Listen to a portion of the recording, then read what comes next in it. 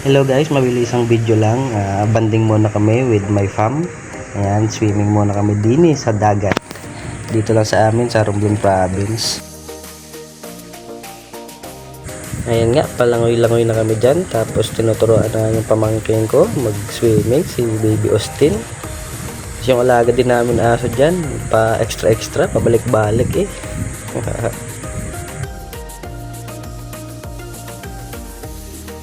Ayan, iyan na muna kami ng isda, baon namin, tapos kamuting kahoy, at especially ang San Miglite. Ayan, partner sa swimming.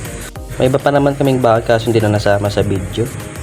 Ayan, sa part na to, enjoy na lang kami. May patalon-talon pa, ang pangit pala pag nakapass forward yung video. Hahaha.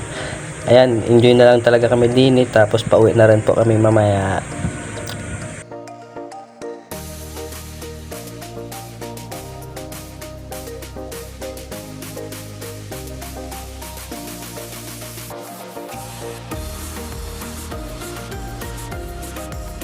Ayan, last part na bago umuwi, picture muna kami with my Rosales fam.